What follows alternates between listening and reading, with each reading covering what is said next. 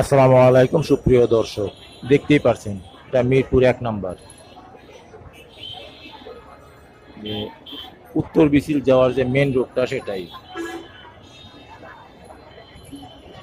মুক্তিযোদ্ধা মার্কেটের পূর্ব দিক দিয়ে যে রাস্তাটা চলে গেছে সোজা।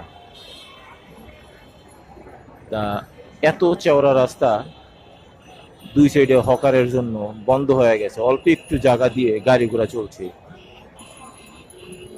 আর হকারদের কারণে গাড়ি ঘোড়া চলতেই পারছে না, দেখতেই পারছেন কিরকম যানজট লেগে আছে।